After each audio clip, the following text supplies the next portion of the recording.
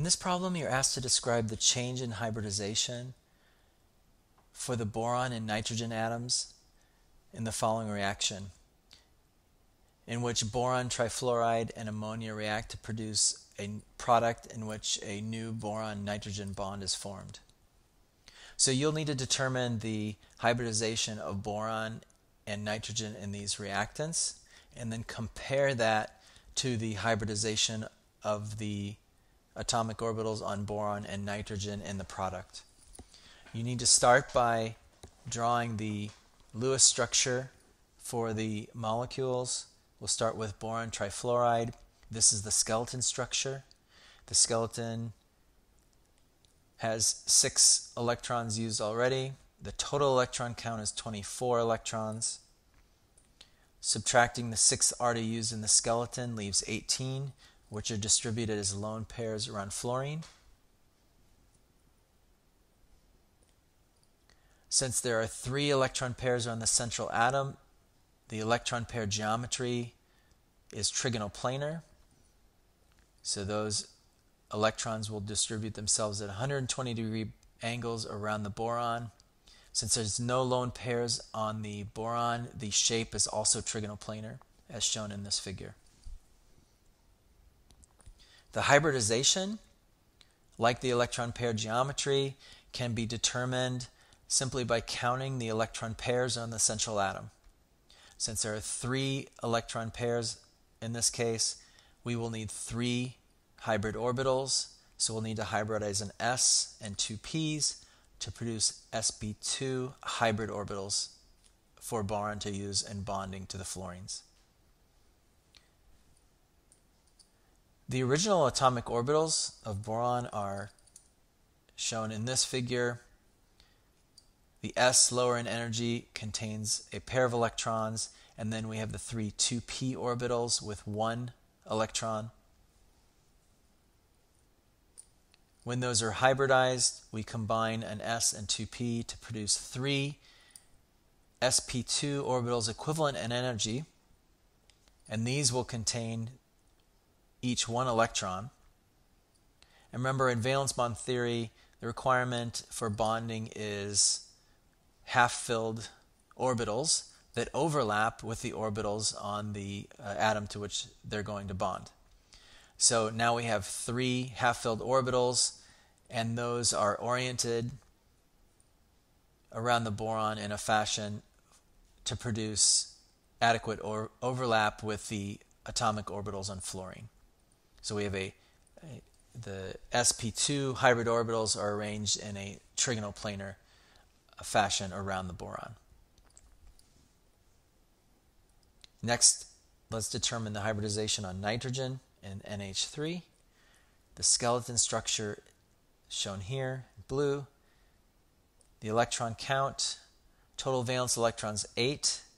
Subtracting out the 6 already used in the skeleton structure leaves 2, which are distributed as lone pairs on the nitrogen.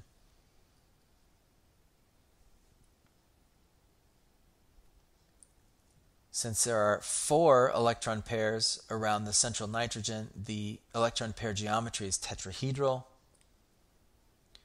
We'll draw the tetrahedral arrangement here, filling in the hydrogens and lone pairs. We see that the shape is a trigonal pyramid. However, keep in mind that the hybridization is determined by the total electron pairs around the central atom, just like the electron pair geometry. So since we have 4, we'll need 4 hybrid orbitals. So that requires an s and 3p to produce 4 sp3 hybrid orbitals. We'll do an energy diagram for that, showing the 2s and 2p orbitals of nitrogen. Nitrogen has 5 valence electrons, so a pair in the 2s and half-filled 2p orbitals. So in this case, we have 3 half-filled orbitals, which we need for bonding to our 3 hydrogens. But these orbitals, the 2p's, are 90 degrees to each other. And so they're not in the right orientation for bonding to hydrogens, which are about 109 degrees, 109.5 degrees apart. In order to produce half-filled orbitals that are also of that geometry, we'll need to hybridize the s and the p to produce the sp3 hybrids. These will also have 3 half-filled orbitals, and those will be used for bonding to the hydrogen atoms. And then we also have 1 filled sp3 that contains the lone pairs.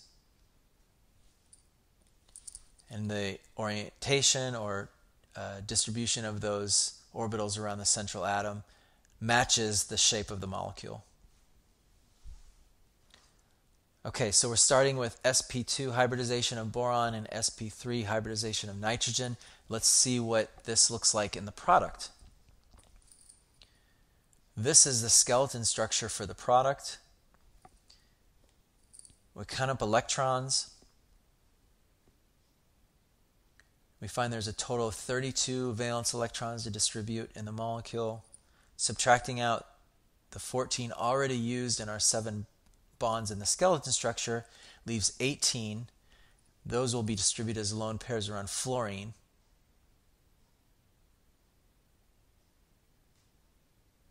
Since we have 4 electron pairs around our central boron atom, that means the electron pair geometry around the boron is tetrahedral. The electron pair for geometry for nitrogen is also tetrahedral because it also has 4 electron pairs distributed around it. This means that the hybridization of boron is now sp3. Remember that you can determine the hybridization by simply counting the number of electron pairs. Not counting, you don't need to count double bonds. In this case, that doesn't matter because there aren't any double bonds. But counting the total electron pairs, lone pairs, and bonds, we find there are 4 around the central boron atom, and therefore we will need 4 hybrid orbitals, which requires hybridization of an s and 3 p orbitals to produce 4 sp3 orbitals. Hybridization of nitrogen is the same, sp3. And so now we've seen that the hybridization of nitrogen remains the same in going from the product, the reactant to the product. However, the hybridization of boron starts as sp2 and ends up as sp3 in the product. So at this point, we've answered the question that was asked that we were supposed to answer. However, let's, for a little bit of clarity, go ahead and show a picture of the overlap of these hybrid orbitals in the structure.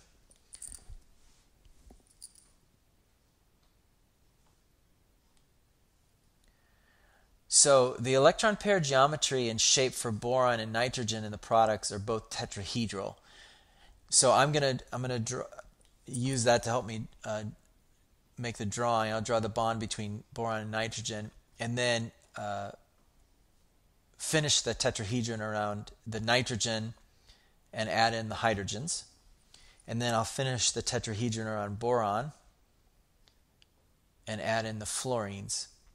So this basically looks like 2 trigonal pyramids attached at their peaks through the boron and nitrogen atoms.